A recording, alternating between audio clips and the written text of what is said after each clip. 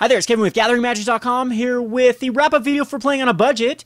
I am absolutely in love with this deck. I think it performed quite well. I do believe our one loss was really terrible luck on that second and third game with mulling to 5 and then, not hitting any significant sort of answer, or on, especially getting to 3, getting stuck on those 2 lands. But we are playing a low land count, 23. If an Elvish Mystic does not in our opening hand, it does make the deck a little bit weaker, but fortunately for us in this match, we saw quite a few early Elvish Mystics, and I really want to see a turn 2 Chasm Skulker to see how well that would actually perform. The times that we did sit Chasm Skulker, I was very impressed with this card, as it just keeps getting bigger and bigger, and we do have like the Divination Chasm Skulker type combo. Whenever there's some other draw spells, especially if there's a 4-mana cost draw spell. Can't think of one on the top of my head, but if there was one that would draw some cards for Chasm Skulker on turn number 4, making it bigger, and maybe it had some sort of upside. But the good thing with Kiora and Chasm Skulker is you do -1 Kiora on turn number 4, or actually if you go turn 1 Elvish Mystic, turn 2 Chasm Skulker, turn 3 Kiora, and then -1 Kiora to draw an additional card. The Skulker will become a 3/3, which is pretty good on turn 3 to protect Kiora, and then you are in pretty good shape after that from therefore then on protecting Kiora the Crashing Wave. Now you could go up in the counter Kiora Crashing Waves. I was pretty impressed with Kiora the Crashing Wave. The tapping down or just nullifying that Siege Rhino was so clutch in that last match against the Sidisi deck, and this deck just is very fun. It's my playstyle. There's really nothing more enjoyable than countering and end hostilities. I can tell you that right here. And so it was just a blowout. Just the Elvish Mystics and Polukranos, and then keep up the counter magic and win the game. Another card that I thought that you could run in this is Mistcutter Hydra. Mistcutter Hydra is perfect because you can just wait, and then until the very last minute you can actually cast a quite large creature that has haste and protection from blue. Protection from blue at this point hasn't been the greatest protection. It's not like last season where Mono Blue Devotion was one of the more dominant decks. A card that we didn't get to see in action much is Sagu Mauler. I definitely think that there's a place in here, and it's a very underrated card as a 6/6 trample hexproof.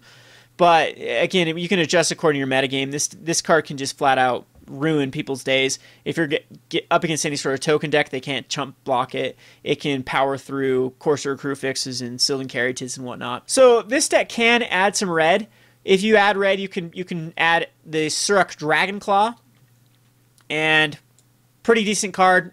He can't be countered. He's for 5 mana 6/6 flash, which is fairly quick in this deck. I mean, I usually tend to want a faster flash card out, and then your creatures gain trample. That's decently significant with Boon Satyr, and creature spells you control can't be countered either. So I'm not sure that Suruk really fits in this deck. You get some cool cards like Mind Swipe, which is another counter spell that you can throw in here. If you add red, you could go a Stoke the Flames that at least is removal. That's the one problem I do have with this deck, is it has a hard time dealing with any sort of early game. And I think that the card that you'd want for any sort of early game strategy would be the Magnajet, because Magnajet takes care of both Goblin Rabble Master and Seeker of the Way.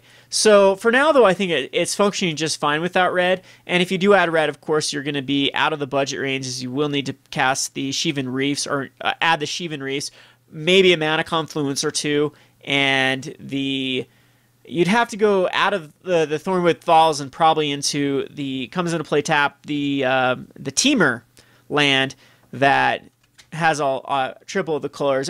Right now I just don't see much of a point to adding the blue to the deck, or excuse me, the red to the deck. It just doesn't do quite enough. And maybe a Xenagos wouldn't be too shabby in the deck, or a Chandra. Chandra might just be too heavy on the red. I don't think you'd want double red. Again, you could go Stormwrath Dragon, I guess, in this type of deck, but I think it changes the whole feel of this deck instead of a tempo deck into more of a mid-range deck. And we weren't winning the matches based upon mid-range. We were definitely winning the matches based on counter magic. So I would say the top performers of this deck would definitely be the Chasm Skulker and the Horizon Chimera. Both are very underrated in the format right now. I did like the one Polukranos. We did seem to find it enough times, and it did its work. You could definitely add more. Polukranos. Hornet Nest still seem fine in the sideboard. I still like the ability with Chord of Calling to find, because we're really running 2 Polukranos in here with Chord of Callings and etc. Like Chord of Calling and 3 more Reclamation Sage gives us access to almost 5, basically 5 Reclamation Sages in the deck. So other cards you could think about running with like Hornet Queen. You could possibly run a Prophet of Crewfix in here. I don't know exactly what you get out of a Prophet of Crewfix. It would untap all your lands in each turn, but again, I don't know if that's the right way to go. Another angle that I thought that this deck might want is a Villainous Wealth type strategy as a win condition. So you just run with black, then you'd have all sorts of removal, and then you could counter magic, removal, and maybe even have a threat with Kiora or Chasm Skulker or something that they have to actually answer and keep all their own removal in, and then you can Villainous Wealth them for the finisher. But again, I don't know how well that deck would. I mean, it totally changed the feel of the deck, and again, wouldn't be a tempo, would be into the realm of control. If you went into black too, black could, with not even talking about Villainous Wealth, if you went into black, you could get Murderous Cuts, which would do very well in this deck. It would give you an answer for a lot of those annoying cards that we were very lucky to actually counterspell those dragons, the Stormbreath dragons, and a lot of the other threats. The thing about black is it gives you a little bit of padding in case you don't have the counterspell magic up, that you can actually deal with something later on. Again, if that were the case, it would be Murderous Cut would be my choice. And then you do have access for Ashiok, which you possibly could get out of turn. I don't think it's possible to turn 2 Ashiok with Elvish Mystic, because there's no way to generate. Yes, there is. You'd have to go Yavimaya Coast first turn into the Elvish Mystic, and then drop either an Island or a Swamp the other turn. But that's really the only way that we'll do it. So turn 2 Ashiok is very, very good, though, if you could get out with an Elvish Mystic. But if you could go that as your tempo route as well. Cast an Ashiok, protect an Ashiok. I know playing against Ashiok, it's pretty good in the format right now. You can easily get up to like Wingmate Rocks and Siege Rhinos quite quickly, and then cast their own stuff against them, and continue to protect Ashiok and continue to mill and cast and mill and cast. So it's quite a powerful card right now in the format. So I hope you enjoyed this match. So I did. It's back. It's really rejuvenated my